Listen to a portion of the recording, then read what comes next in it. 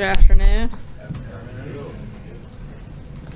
Today's jobs report shows the extraordinary impact recent weather events have had on our economy.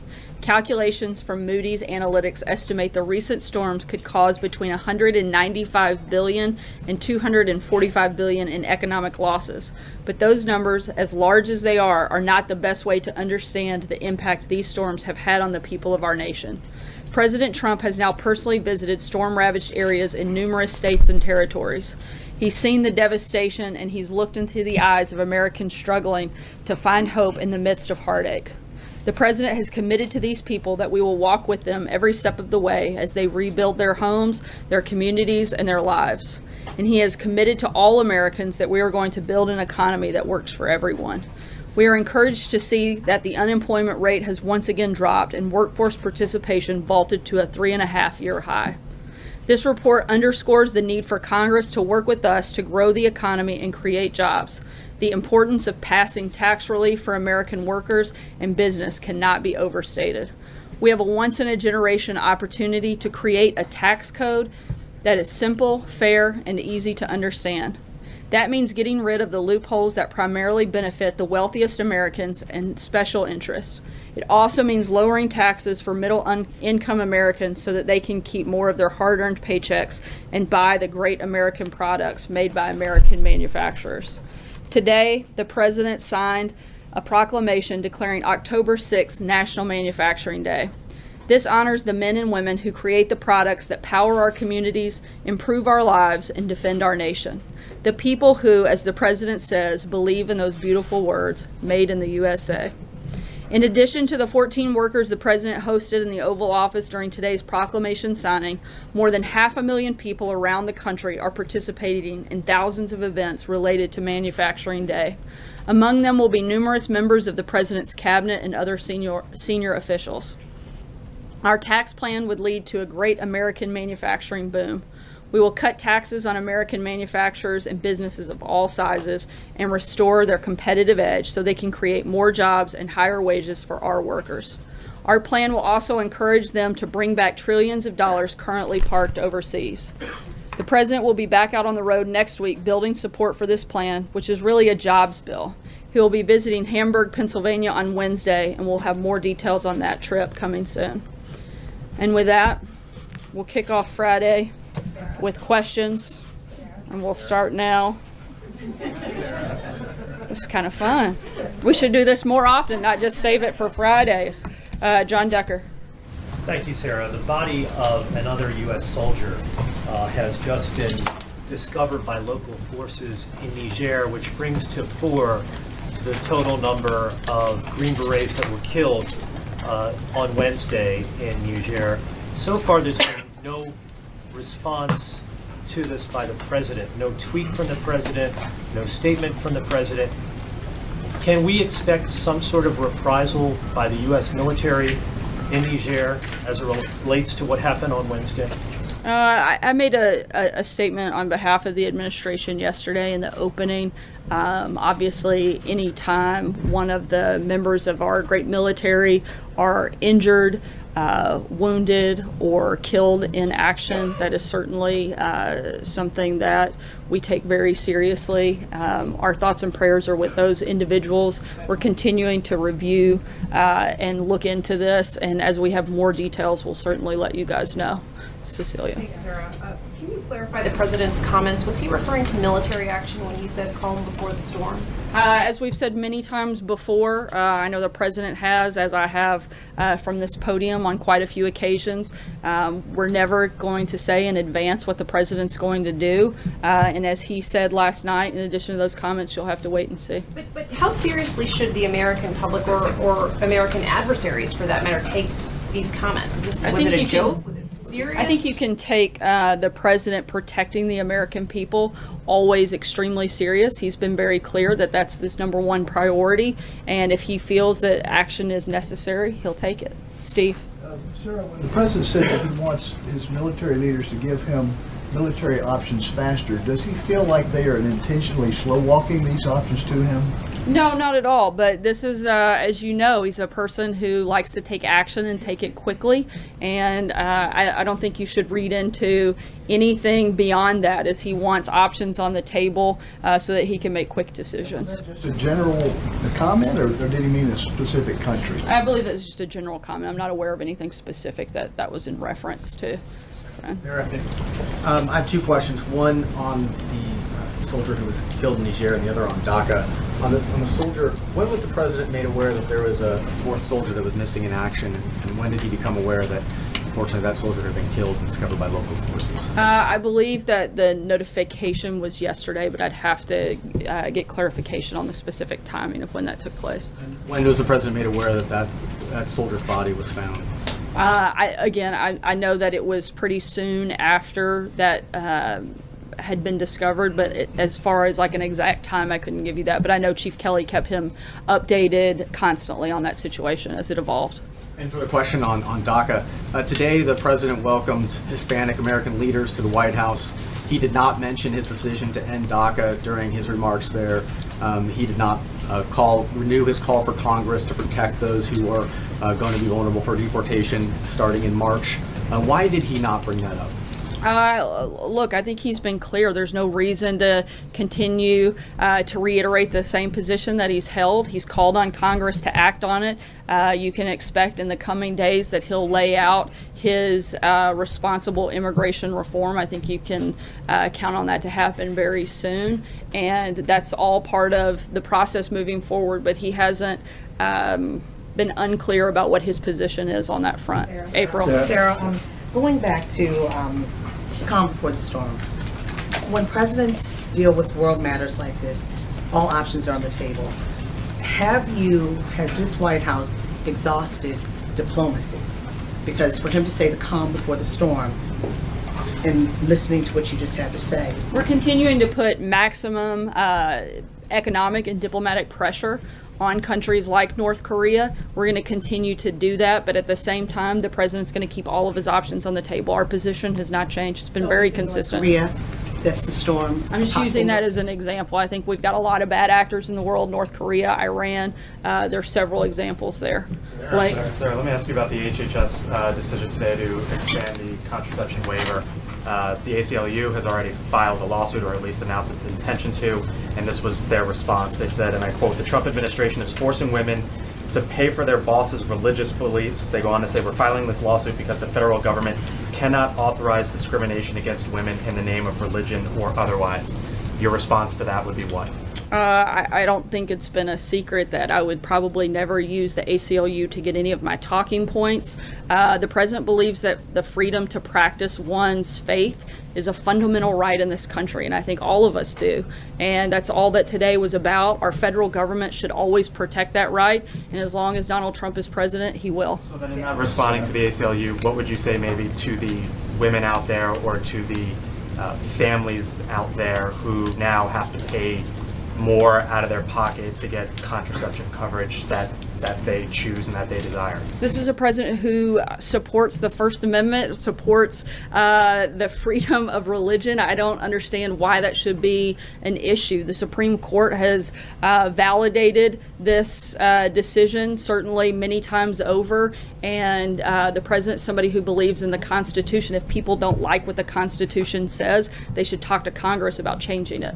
Hallie. I want to follow up on that. I've got another for you. Given the lawsuits that the ACLU has already filed, said it would plan to file, is the administration prepared to defend this contraceptive mandate rollback all the way to the Supreme Court if need be? The Supreme Court's already made clear what their position is, and it supports what this administration has done. There will be a legal fight that escalates to the Supreme Court I level. think if it does, it'll show that this administration is on the right side of the law. And then my question, Sarah, was just on the calm before the storm issue again, because if the president wants to preserve... Why wouldn't we ask the same question? Well, it's a different question, It is actually. Friday, so I thought maybe we'd change it It's up. actually a follow-up, because if you said the president wants to preserve an element of surprise. So if he wants to preserve an element of surprise, Why would he dangle hints about his actions in the first place? I don't believe he did.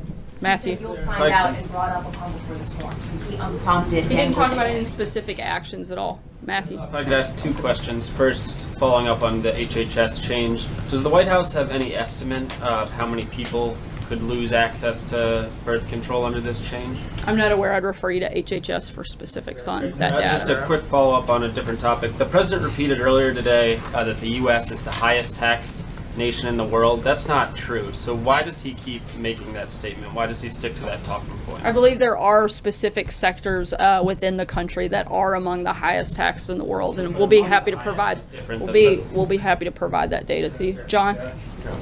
Thank you, Sarah. I have two questions. First, there's been rumors that Prime Minister Tsipras of Greece will come here on the 17th, meet with the president, and then meet with the vice president on the 18th, and we've had no confirmation. Is the Prime Minister invited, and is he coming to meet the president and vice president? He is, and I believe that date is correct. The 17th, I believe that he'll be here on that date.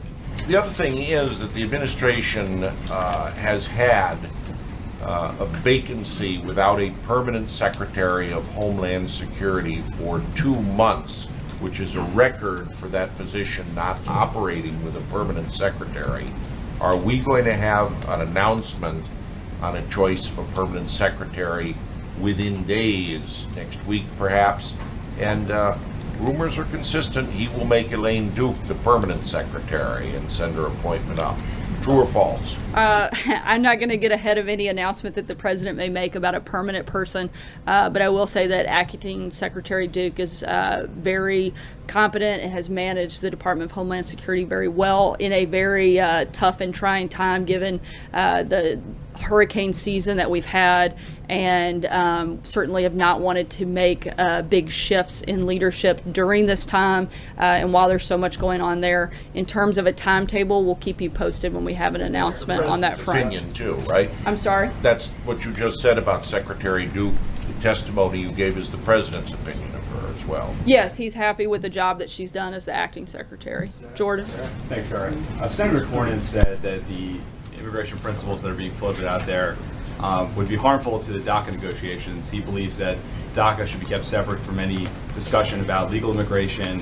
What is the White House response to that? I mean, are you guys committed to attaching legal immigration to the DACA debate? We want to make sure that whatever we put forward is a responsible immigration reform. That's not one piece of this process dealt with separately. We need to make sure that we're addressing all the problems so that we're not dealing with this again in 2, 4, 5, 6 years, but that we're putting forward a very thorough and full plan. And that's what you're going to see coming from the administration in very short order. Fred? Oh, thanks, sir. 2 questions.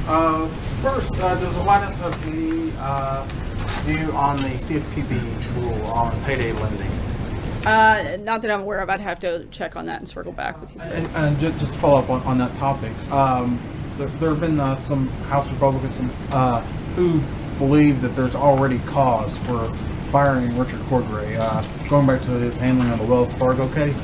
Why hasn't the president taken action? I mean, does he approve of the job that Cordray has done so far? When we have any personnel announcements on that front, we'll certainly keep you guys posted. That's 2 already. I'm going to have to move on. Margaret, sorry.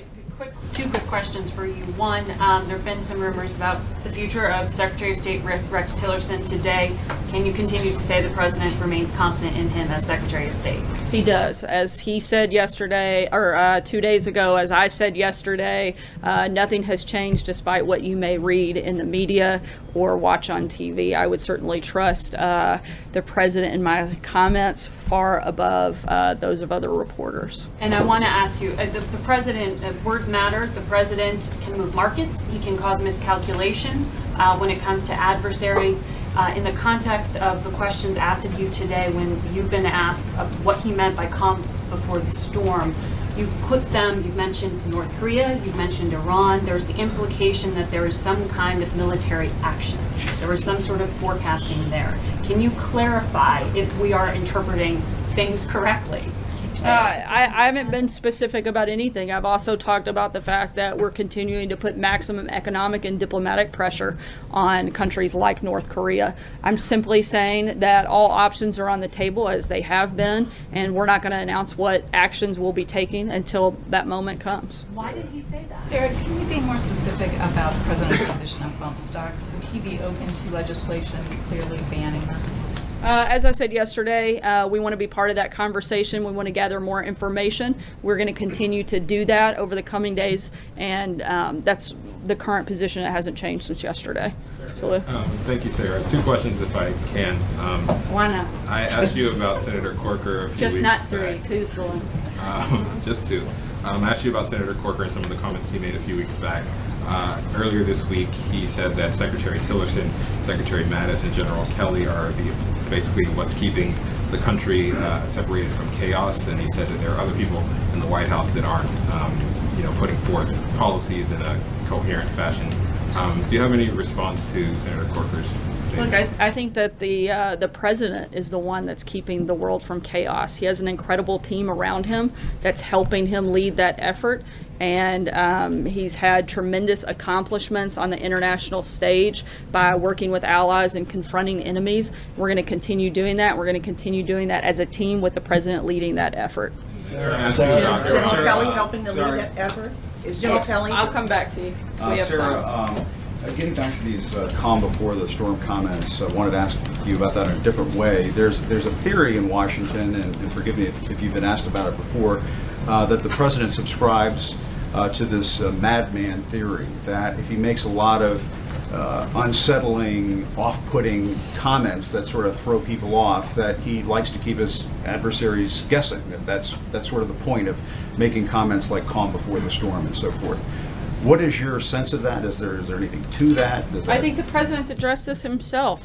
He certainly doesn't want to lay out his game plan for our enemies. So if you're asking, is the president trying to, do that? Absolutely. I mean, I don't think I don't think that that's a secret. I wouldn't say necessarily that he's trying to throw people off, but he's not trying to broadcast or telegraph his exact actions. I think we've seen what a failure it is when an administration does that, and this is a president who's going to do it differently and do it better. Just a quick follow-up on that. So when people when they sort of catch their breath in this town, when they sort of hold their breath in this town, when he says something like that, you have a smile on your face. I mean, is that somewhat satisfying? No, I just picture people in this town actually holding their breath. That might be a welcome surprise for most of America. Go ahead. Sarah, just one more thing I want to pick up on what Margaret was trying to get at, I think, is let me put it to you this way. Can you exclude the possibility that the president was actually just being mischievous? That he was messing with the press a little bit when he made that comment? I wouldn't say that he's messing with the press. I think we have some serious world issues here. I think that North Korea, Iran, both continue to be bad actors, and the president is somebody who's going to always look for ways to protect Americans, and he's not going to dictate what those actions may look like. I don't think there's anything beyond that that I can add on that front. Substantive question on Iran. A couple days ago, Senator Tom Cotton gave a speech in which he said he believes the best outcome for the Iranian nuclear deal would have it to be referred to Congress, but rather than have Congress reimpose sanctions, which he called a backward-looking step, we would use this period of 120 to 90 days to renegotiate several terms of the deal. Does the White House think that that sounds like a plausible, like a good way to deal with the Iran nuclear deal? I'm not going to get ahead of the president's announcement on the decision that he has. What I can tell you is the president isn't looking at one piece of this. He's looking at all of the bad behavior of Iran, not just the nuclear deal as bad behavior, but the ballistic missile testing, destabilizing of the region, #1 state sponsor of terrorism, cyber attacks, illicit nuclear program. He wants to look for a broad strategy that addresses all of those problems, not just one-offing those. That's what his team is focused on, and that's what he'll be rolling out to address that as a whole in the coming days. Steve? Follow up on that. Is it the president's wish that Congress reimpose sanctions on Iran for those bad acts you're talking Again, about? I'm not going to get into the details of what the president's decision is until he makes that later in the week. Another question about Cuba, Sarah. Sarah, about Cuba. Our CBS News reporting today has taken the story to a new level. There are now Americans who do not work for the government who are saying that they're subject to these health attacks. The State Department is telling us that there are a handful of Americans who have reported these symptoms. What's going on here? How is the White House viewing this? How are we going to get to the bottom? Something we take extremely seriously. We're continuing to investigate. The State Department is taking the lead on this effort, and we're going to continue looking into this until we get some real answers. You called me, Sarah. Sarah, I'll come back. Just to drill down a little bit on what you said yesterday about the press, saying that we owe it. I don't think anybody disagree that we should be as accurate, fact-finding as possible. But to flip it, do you and the president believe the president has a responsibility to be as truthful and honest with us as possible? Has he done it? And for those surrogates who have used your terms, alternative facts, would they then not do that? Absolutely. I think we all come here every day and do our very best to give you the best and most accurate information that we possibly can. April. I think so. Okay, going back to the answer about leadership, the president's leading, is General Kelly part of that leadership team with the president as he's leading in this White House? Absolutely. Does the president have confidence in General Kelly? Absolutely. And if today is Friday, could we expect a resignation today from anyone? I don't think so, April. David? Thank you, Sarah. Since we last heard from you, the film producer Harvey Weinstein has become the subject of some very serious sexual harassment allegations, and there's building pressure among Democrats who received campaign donations from him to send the money back. And I note that this particular producer was very critical of the president during the campaign and suggested that Latinos in Hollywood would be deported if he were elected. Does the president support the idea that Democrats who got donations from this person should send the money back? I think it's a decision for those individuals to make. Whether or not that's money that they want to take, that's up to them. That's certainly not a decision for us to make. And one more, I'm sorry. Why hasn't the president fired John Koskinen from the IRS, given all the scandal over the conservative targeting scandal that he commented about so much during the campaign? Why does John Koskinen still have his job? I'll have to ask him, David, and get back to you. Deb? Las Vegas question. The president lavished praise on the Las Vegas police for their amazing handling and their response after the Sunday mass shooting. Nevadans credit federal programs that train aides to deal with terrorist attacks. I'm sorry, can you speak up a little bit? Nevadans credit federal money programs that train them to deal with terrorist attacks for their great response. You all have cuts in those programs in your budget plan. Are you rethinking that? I think at this point we're continuing to move forward. If there is a moment where we feel like the safety and security of American citizens may be at risk because of cuts, I think we'd have to revisit it at that time. Jim?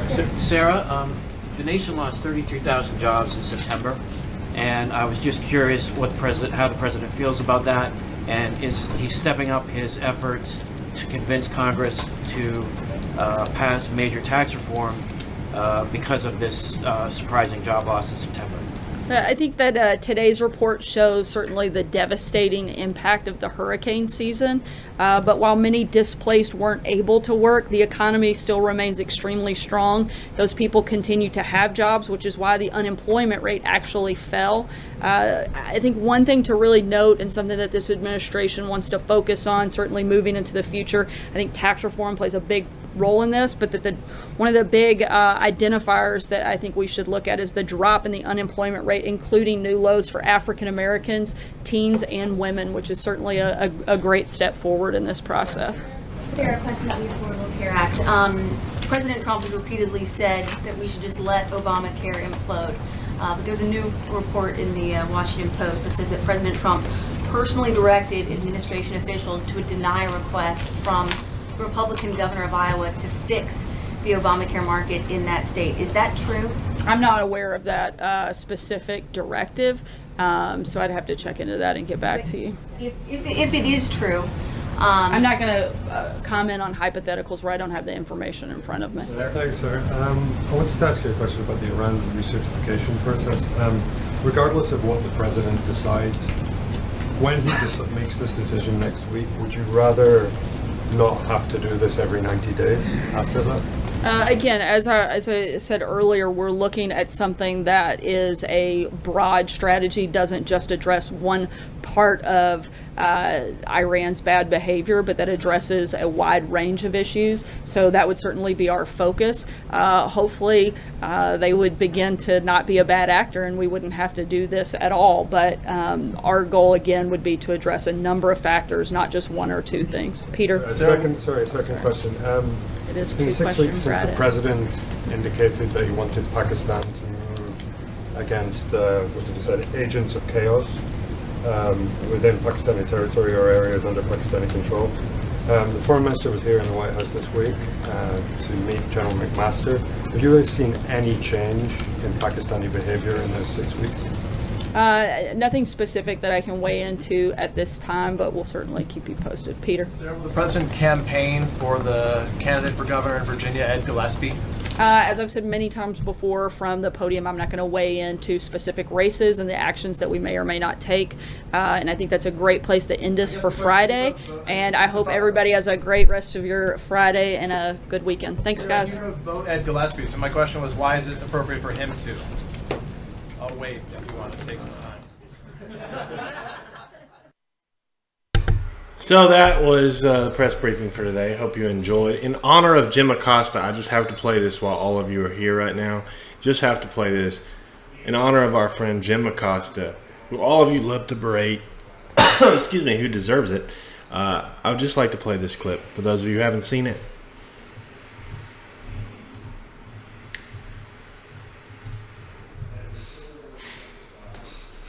One second.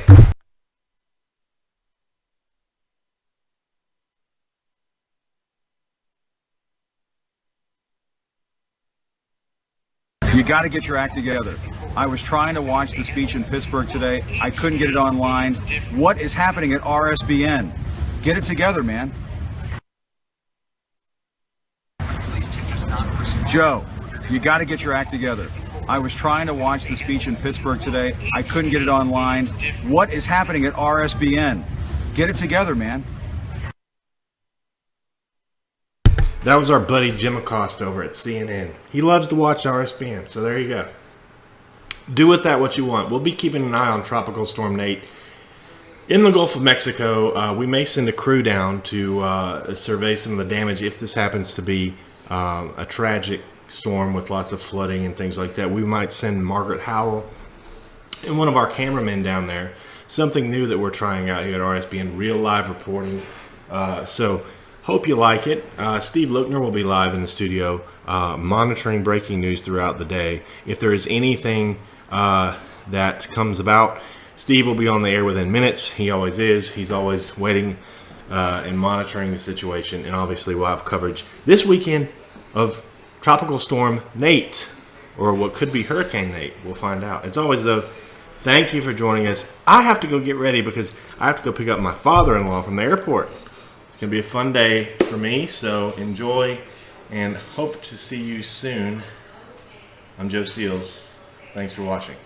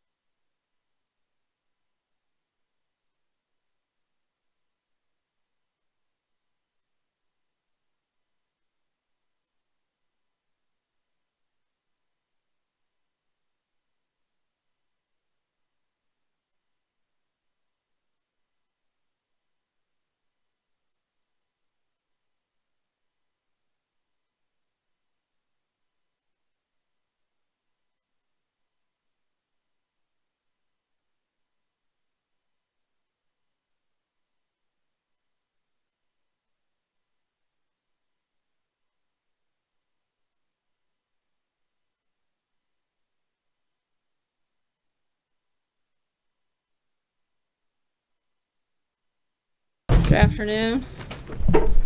Still working on that, I see. We'll get better.